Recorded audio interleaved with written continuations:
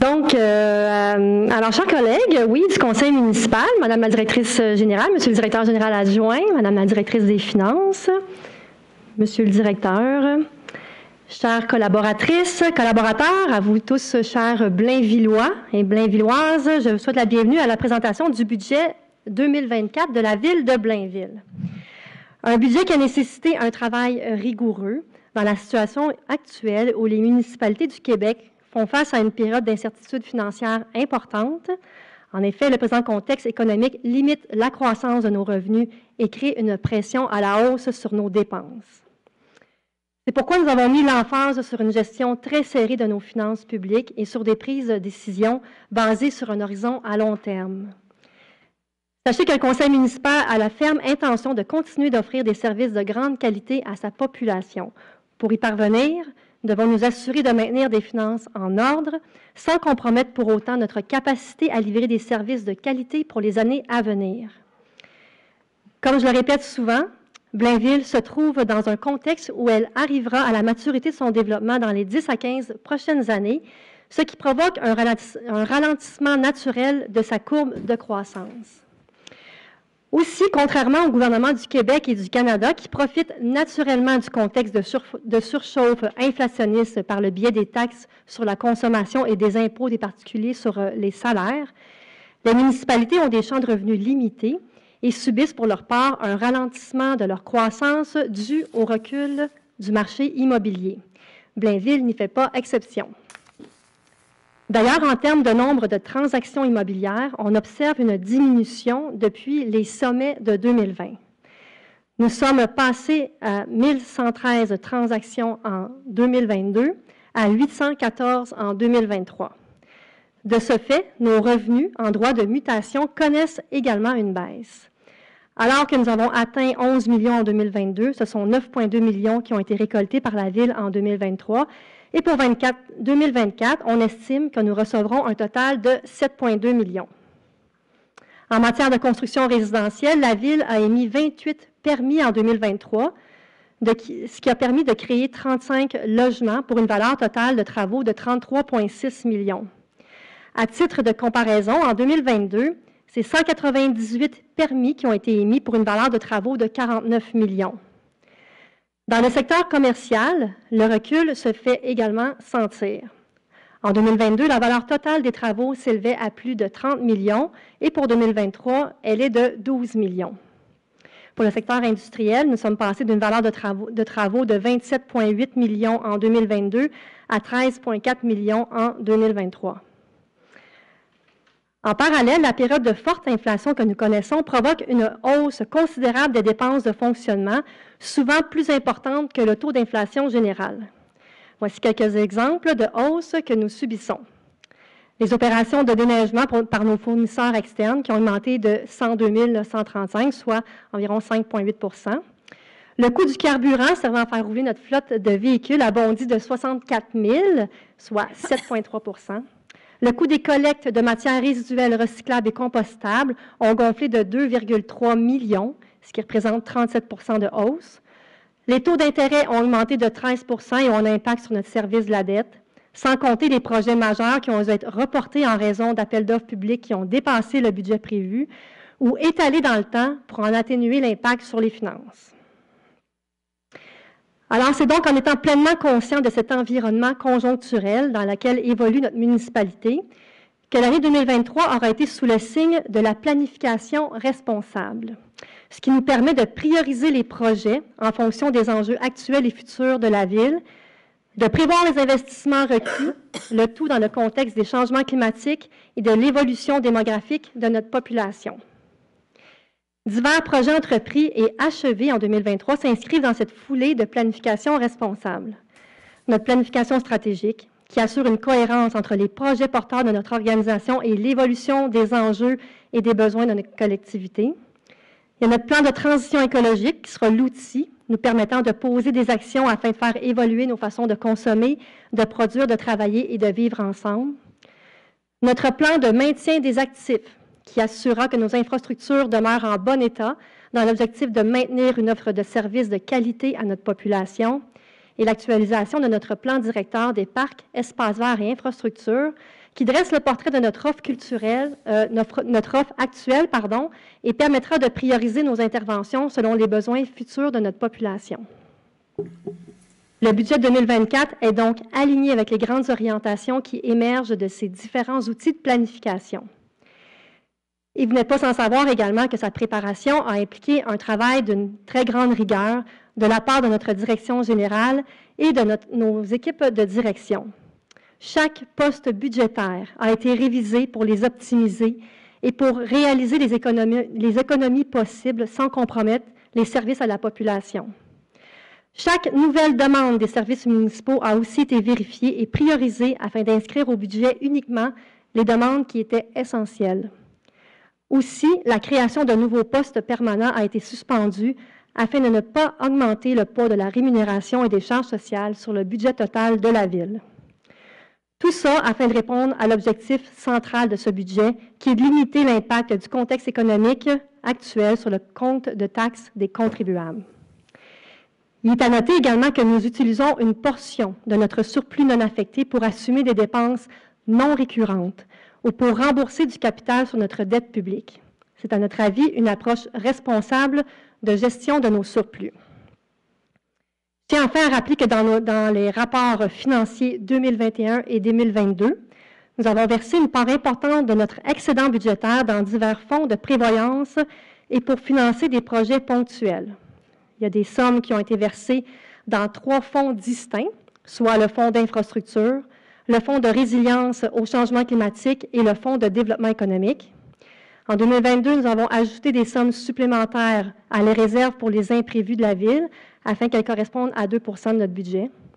Nous avons ajouté 1 million au fonds de roulement de la Ville pour faire passer le capital autorisé à 6 millions. Et enfin, on a affecté un montant pour financer des initiatives du plan de transition écologique et pour déployer notre planification stratégique.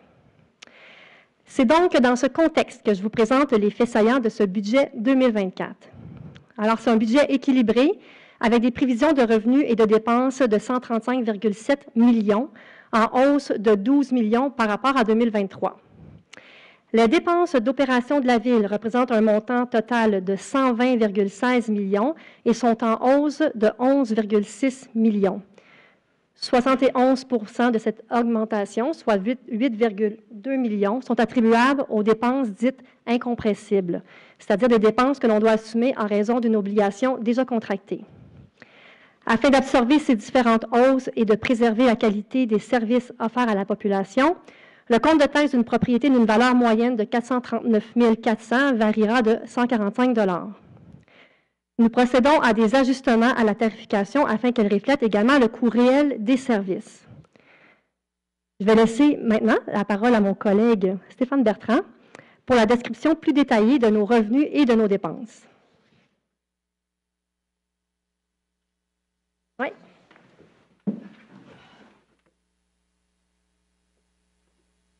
OK, alors bonsoir tout le monde. Merci Mme la mairesse. Bonsoir chers collègues, citoyens.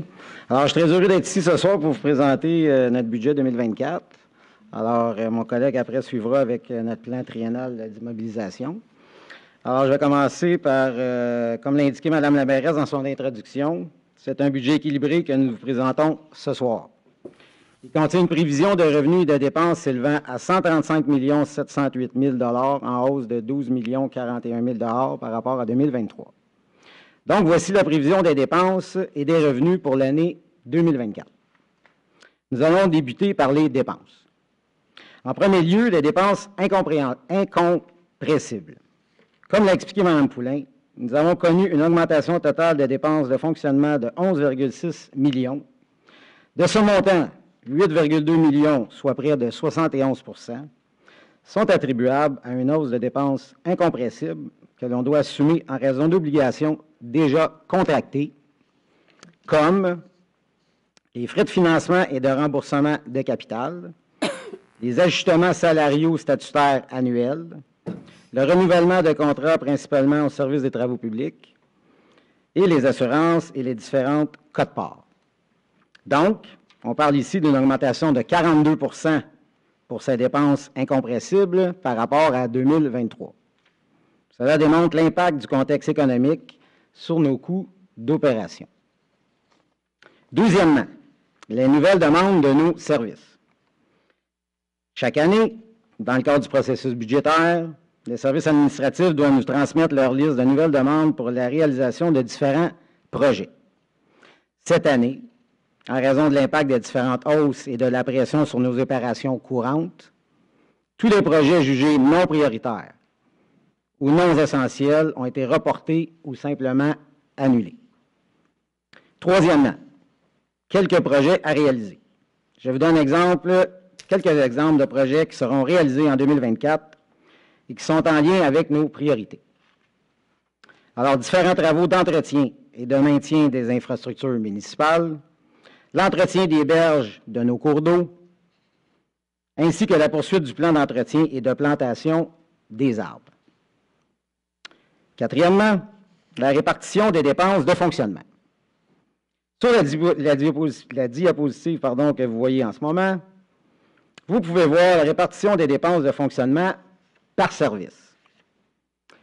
Comme vous pouvez le constater, les services des travaux publics, de police, de sécurité incendie, de l'urbanisme et des loisirs sont nos principaux services directs à la population et ils occupent une large part de nos dépenses de fonctionnement. En terminant, la variation des quotes-parts. Concernant la variation des quotes-parts que la Ville verse annuellement à des organismes intermunicipaux, elles sont en hausse de 650 214 $, soit 7,3 % par rapport à 2023. En voici la liste.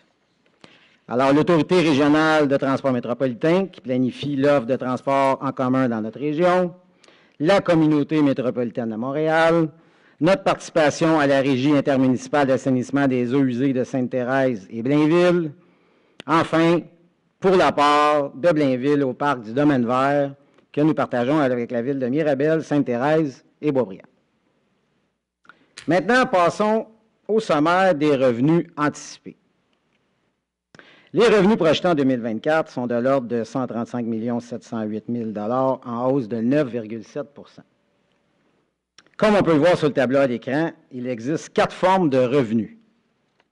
Les taxes résidentielles, commerciales, industrielles et les immeubles de 6 logements et plus, le paiement pour les tenants lieu de taxes, les transferts pour les subventions gouvernementales, les autres revenus de sources locales tels que la taxe de mutation ou encore les revenus de permis.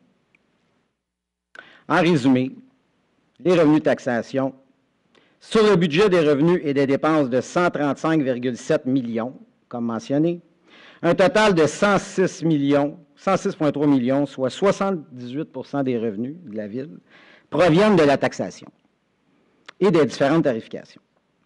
On constate également que sur ce total de 106 millions, tel que mentionné, 89,8 millions proviennent de la taxation et 16,5 millions sont des revenus de tarification. Alors maintenant, parlons de la taxation résidentielle pour 2024. Alors, le tableau suivant nous amène au compte de taxes des propriétaires résidentiels pour 2024. En résumé, après beaucoup de travail et de rigueur de la part de nos services et de notre administration, le compte de taxes résidentielles pour une maison d'une valeur moyenne de 439 400 $ variera de 145 $, soit de 4,57 %. Quant à la tarification, comme l'a mentionné Mme Poulin en introduction, les coûts des collectes des déchets, des matières recyclables et organiques ont augmenté de façon considérable, soit de 37 %. C'est donc pour absorber une partie de cette forte hausse que la tarification des matières résiduelles passera à 280 $ en 2024, soit une variation de 50 $ par propriété. À la tarification d'assainissement des eaux, les coûts doivent tenir compte des travaux qui sont réalisés au poste 2A Label. Ce poste est le plus important de la régie intermunicipale puisqu'il dessert une partie de Blainville et toute la ville de Sainte-Thérèse. Ces travaux sont prévus afin de réduire les surverses dans la rivière des Mille-Îles. Il s'agit de projets effectués par la régie intermunicipale en collaboration avec notre partenaire, la ville de Sainte-Thérèse. En conséquence, la taxe d'assainissement des eaux passera de 115 $ à 125 $, soit une légère variation de 10 $ par propriété. Pour les propriétaires de piscines, la tarification demeure à 50 $. La taxation des autres immeubles. Parlons maintenant de la taxation commerciale, industrielle et celle des immeubles de 6 logements et plus. Tout comme les propriétaires résidentiels, la tarification devra s'ajuster au coût réel de ces services. Ainsi, pour la collecte des matières résiduelles, le tarif passera de 260 $ à 410 $ et pour l'assainissement des eaux de 135 $ à 150 $. Enfin, la tarification de l'eau passera de 225 $ à 235 $. Les taux de taxation pour leur part se déclinent comme suit. Le taux de taxation commerciale passe de 2,07 sous,2 à 2,20 sous,3 du 100 $ d'évaluation.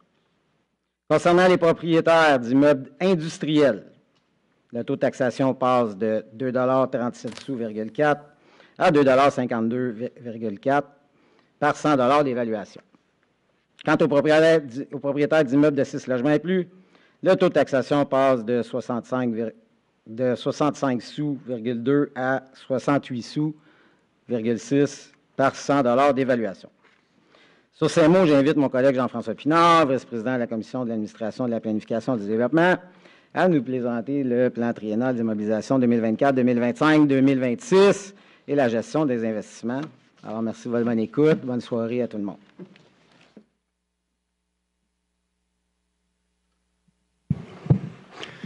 Merci Stéphane. Bonsoir tout le monde. J'espère que vous allez bien. Merci de votre présence ce soir. Donc, comme l'a mentionné Mme Poulin dans son introduction, c'est un plan triennal d'immobilisation totalisant 26 440 000 $ que nous déposons ce soir pour optimiser la qualité de vie de nos citoyennes et de nos citoyens. Ainsi, dans le volet amélioration des parcs et espaces verts, la Ville investira un total de 12 800 000 $. Notamment, les projets qui seront réalisés sont les suivants. Un investissement de 2,8 millions pour la construction du nouveau parc de quartier dans Chambéry. Il s'agit non seulement d'un engagement de l'administration, mais aussi un projet attendu par les résidents et résidentes de ce secteur. D'ailleurs, j'en profite pour remercier les gens qui ont participé aux diverses consultations qui ont mené à ce projet, et également à mon collègue David Malenfant, qui est le conseiller du secteur. Je remercie également les différents services qui ont participé à la réalisation de ce projet fort attendu. Il y aura des investissements totalisant 10 millions de $ qui consisteront en des améliorations à l'Arena, au Centre Guy Frigon et au Centre récréo-aquatique en vue de la finale des Jeux du Québec à l'hiver 2026. Ces travaux constitueront notre legs pour les Jeux du Québec et ils seront réalisés avec l'aide d'une subvention de 5 millions de $ qui est versée par le gouvernement du Québec par l'entremise du ministère de l'Éducation. Pour améliorer nos rues et nos pistes cyclables, nous investirons 8 220 000 $, dont 4 millions dans notre programme annuel de réfection des chaussées, 1 750 000 $ pour élargir le boulevard Michel-Boeck et la piste multifonctionnelle entre le ruisseau Goyer et le chemin de Notre-Dame, et également pour ajouter des feux de circulation. Pour l'amélioration de nos bâtiments municipaux, on voit un 150 000 $ qui est prévu. Pour l'ajout de portes automatiques dans les vestiaires au centre récréo-aquatique et pour brancher la porte d'entrée principale sur la génératrice du bâtiment. Ce projet s'inscrit dans le cadre de notre plan d'action à l'égard des personnes handicapées afin de faciliter l'accès à cette infrastructure. En matière de planification d'entretien général, la Ville prévoit une enveloppe de 2,7 millions de $, notamment pour remplacer des équipements informatiques pour notre service d'urgence 911. Terminons avec nos projets d'amélioration de nos infrastructures d'eau, auxquels nous consacrons un total de 2 570 000 $. Parmi les projets qui seront réalisés en 2024, notons la réhabilitation de notre réseau d'aqueducs dans le secteur du boulevard des Fleurs. Il s'agit de la 5e et dernière phase de ce projet qui a dû être étalée en raison de la hausse des coûts.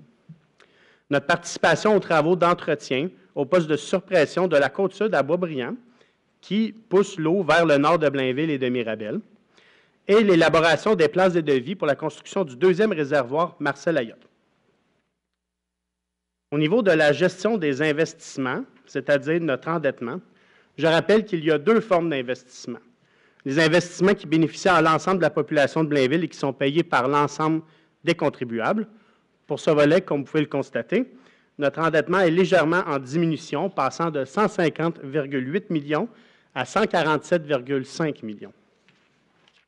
Notre richesse collective continue d'augmenter, passant de 10,2 milliards de dollars à 10,3 milliards de dollars. Ainsi, notre ratio d'endettement par rapport à la richesse foncière passe de 1,48 à 1,43 Et, deuxièmement, il y a également les investissements qui sont payés spécifiquement par les résidentes et les résidents d'un secteur, donc finalement une taxe qu'on appelle communément une taxation locale. Pour ce volet plus spécifique, l'endettement a légèrement diminué, passant de 58,9 millions à 58,1 millions de dollars. Et le ratio d'endettement, spécifiquement pour cet endettement, passe de 0,58 à 0,56 Je vous souhaite une excellente fin de soirée et je vous cède le micro à Mme Poulin pour la conclusion. Merci. Donc, merci Jean-François, merci Stéphane. Alors, le budget 2024 nous imposait un défi de taille pour réaliser notre objectif principal de limiter les impacts du contexte économique actuel sur le compte des taxes des contribuables. Sur le plan administratif, nous avons fait nos devoirs en réévaluant chaque poste budgétaire et en demandant des efforts supplémentaires aux services administratifs dans leur gestion des priorités. Tout au long de l'année 2023, on a travaillé à mettre en place le cadre d'une planification responsable qui permettra de prioriser les projets en fonction des enjeux actuels et futurs de la Ville, tout en prévoyant les investissements requis dans un contexte d'évolution démographique et de changement climatique. Aussi, nous avons choisi de ne pas utiliser nos surplus pour payer des dépenses courantes. Nous décidons plutôt de continuer de les employer pour nous prémunir face à des imprévus et pour financer des projets ponctuels. Parmi ces projets ponctuels, le soutien de la Ville aux organismes qui œuvrent auprès des clientèles les plus vulnérables nous apparaît prioritaire. Nous sommes pleinement conscients que le contexte inflationniste frappe de plein fouet certains individus, certaines familles de notre communauté. C'est pourquoi nous sommes en communication avec ces organisations qui rendent de précieux services sur le terrain et nous souhaitons continuer de les appuyer dans leur mission. Enfin, au cours de la prochaine année, nous évaluerons les différentes mesures fiscales qui pourraient être mises en œuvre, notamment dans le cadre des nouvelles dispositions du projet de loi 39, modifiant la loi sur la fiscalité municipale et en vertu de la loi 122 qui accorde de nouveaux pouvoirs généraux de taxation aux municipalités. Je pense entre autres à certaines mesures d'éco-fiscalité et de leur potentiel fiscal et environnemental qui seraient bien sûr en cohérence avec les objectifs de la Ville. Nous travaillerons également à améliorer la performance de notre offre de services dans une recherche constante d'efficacité et d'efficience. Avec les changements que Blainville rencontre et qu'elle va continuer de rencontrer au cours des prochaines années, en raison de l'évolution démographique et des changements climatiques, il devient opportun de remettre en question nos façons de faire.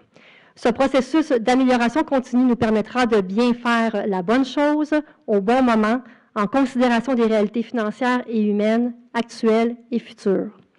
Ce processus d'amélioration continue est d'ailleurs un des projets porteurs de notre planification stratégique. En terminant, je tiens à remercier toutes les personnes qui ont travaillé de façon très rigoureuse sur ce projet, sur ce budget, qui était un projet, oui, en commençant par Chantal Gauvreau, notre directrice générale, Simon Filiatro, notre directeur général adjoint, Marie-France Potvin, notre trésorière et directrice du service des finances, ainsi que l'ensemble de son équipe, sans oublier, bien sûr, les directrices et les directeurs de nos services administratifs qui ont mis la main à la pâte dans l'élaboration de ce budget. Alors, comme vous le savez, les détails du budget seront disponibles sur notre site Web dès demain matin. Alors, je vous remercie pour votre présence et bonne soirée.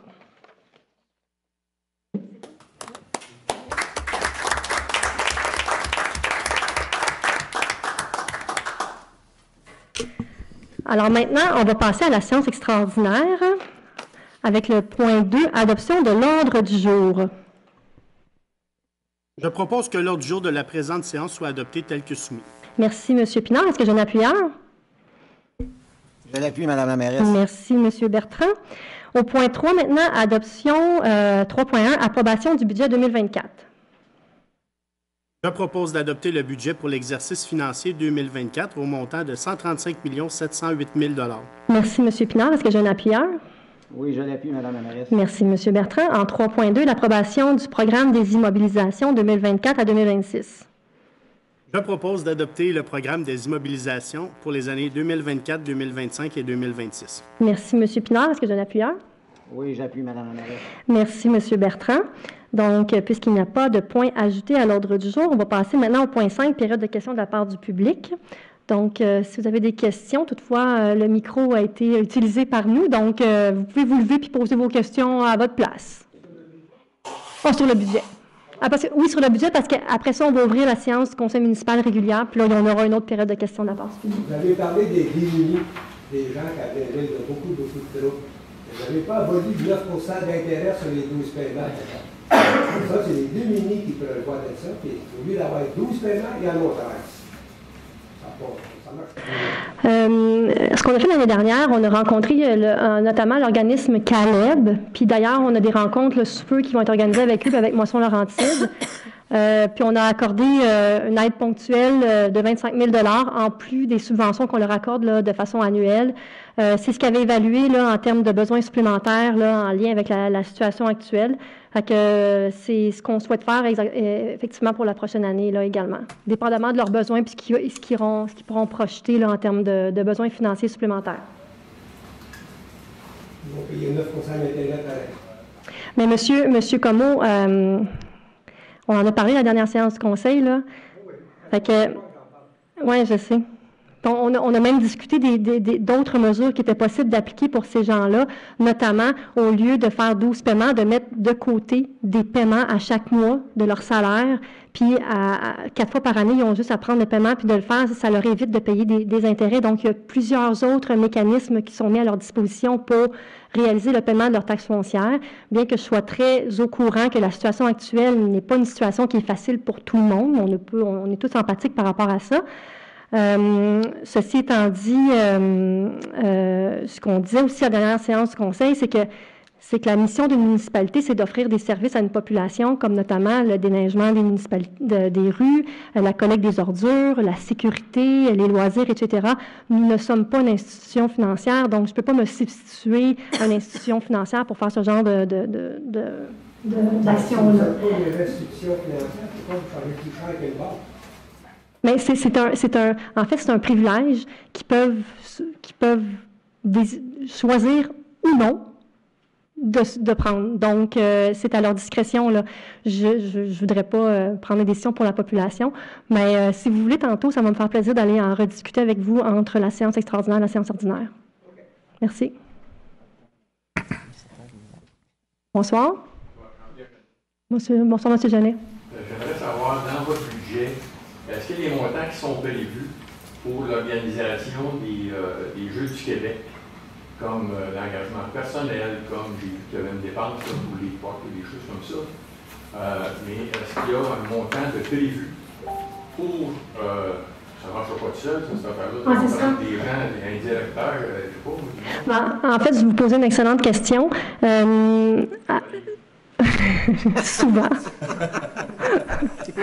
En fait, vous savez que le 2 novembre, il y a eu une décision qui a été prise. C'est Blainville a obtenu la finale des Jeux du Québec à l'hiver 2026. Depuis ce temps-là, on a enclenché un processus de transition.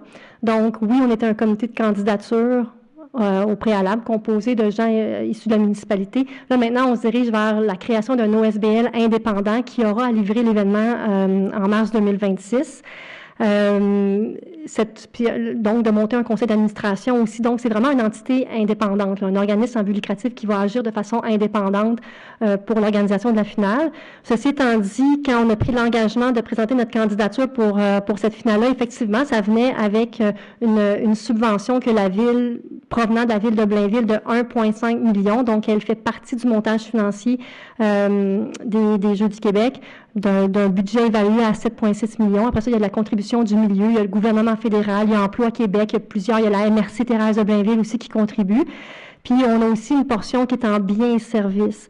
Donc, c'est à ce niveau-là là, qu'il y a différents éléments. C'est sûr que lors de la finale, par exemple, ils vont avoir besoin de notre service de police probablement pour faire la sécurité à différents égards ou besoin de nos cols bleus pour faire du déplacement de matériel, etc. Donc, il y a une portion qui est en biens et services là, au niveau des différents services municipaux. C'est essentiellement les loisirs, police incendie pour la sécurité, TI, puis les travaux publics. Alors, c'est le genre de soutien qu'on offre à cette future OSBL-là, comme on le fait pour toutes les OSBL. Par exemple, l'Association de hockey mineur de Blainville va organiser un événement, un tournoi provincial où on va les soutenir dans ces événements-là, puis en biens et services, en les soutenant avec nos services municipaux. Fait que oui, il y a des éléments qui sont réservés, mais c'est pas de la liquidité financière. Le 1,5 million, il est déjà réservé, ça fait partie de nos surplus affectés. Et ça, c'est pas subventionné. C'est la ville qui offre 1,5 million. Oui, ça vient de... Dans l'enveloppe complète pour organiser les jeux. Puis, exact. Quand les jeux vont arriver, le service de police, c'est là qu'ils vont payer. La ville, elle va payer les heures supplémentaires. On pourrait dire que c'est un collatéral, là, un coût d'opportunité qu'on pourrait appeler. Puis j'ai oublié de dire aussi quand même, les Jeux du Québec viennent avec une subvention de 5 millions. Donc, tantôt, on parlait des legs des Jeux du Québec. Donc, les travaux qu'on va faire au niveau de l'aréna, au niveau du centre Guy Frigon notamment, puis du centre récro-aquatique, des travaux qui sont demandés depuis longtemps par nos différentes associations de glace et, mettons, soccer, baseball, qui utilisent le centre Guy Frigon, aussi nos sports-études. Fait qu'on va faire des améliorations notables là, au niveau de ces bâtiments-là. Ça s'inscrit également dans notre planification stratégique. Tu sais, Blainville, dans la maturité où elle est rendue, bien, on doit prendre soin de nos actifs, les actualiser puis les ravigoter. Donc, ça s'inscrit aussi dans notre planification stratégique. Fait que, tu sais, ça vient joindre finalement là, les différents plans que je parlais qu'on a réalisés l'année dernière. Mais les gens qui vont travailler dans cette organisation-là, il faut qu'ils soient payés quelque part. Oh oui. Et c'est la ville qui va payer ça. Non, pas du tout, pas du tout. Non, il y a un organigramme de service. Puis comme je disais tantôt, là, si je me rappelle bien, il y a une subvention de 1,4 million qui vient de Sport Québec aussi. Il y a 50 000 $ qui viennent de programmes fédéraux. Il y a, je me rappelle plus d'Emploi Québec. Je pense que Emploi Québec, c'est 50 000 d'Emploi Québec. En tout cas, tu sais, j'ai pas tout le modèle financier dans ma tête, mais c'est un budget de 7,6 millions. Puis quand on l'a présenté au jury, il est déjà ficelé le budget, là. Puis 1,3 million de la communauté d'affaires qui a déjà été confirmé aussi. Fait que c'est quand même un montage financier d'éléments financiers qui arrivent de plusieurs sources de financement. Et c'est tout géré par eux autres. Absolument. La ville n'a pas d'affaire à gérer le personnel pour ça, payer des salaires ou whatever. Nous, on va avoir un membre du service des loisirs, bien sûr, qui va siéger sur le conseil d'administration. Puis, tu sais, il y a comme un mécanisme au niveau de la gouvernance là, de communication entre la municipalité puis l'OSBL. Là. Mais, puis, probablement qu'il y a des prêts des prêts de services au niveau des loisirs. Donc, il y a probablement des employés, mais là, je veux dire, je ne suis pas la directrice générale, là, mais probablement qu'il y aurait des employés qui ont travaillé sur la candidature qui vont être des ressources attitrées aux Jeux du Québec pour la période jusqu'à la finale. J'ai oublié de dire qu'il y a des retombées économiques de 12,3 millions dans notre collectivité.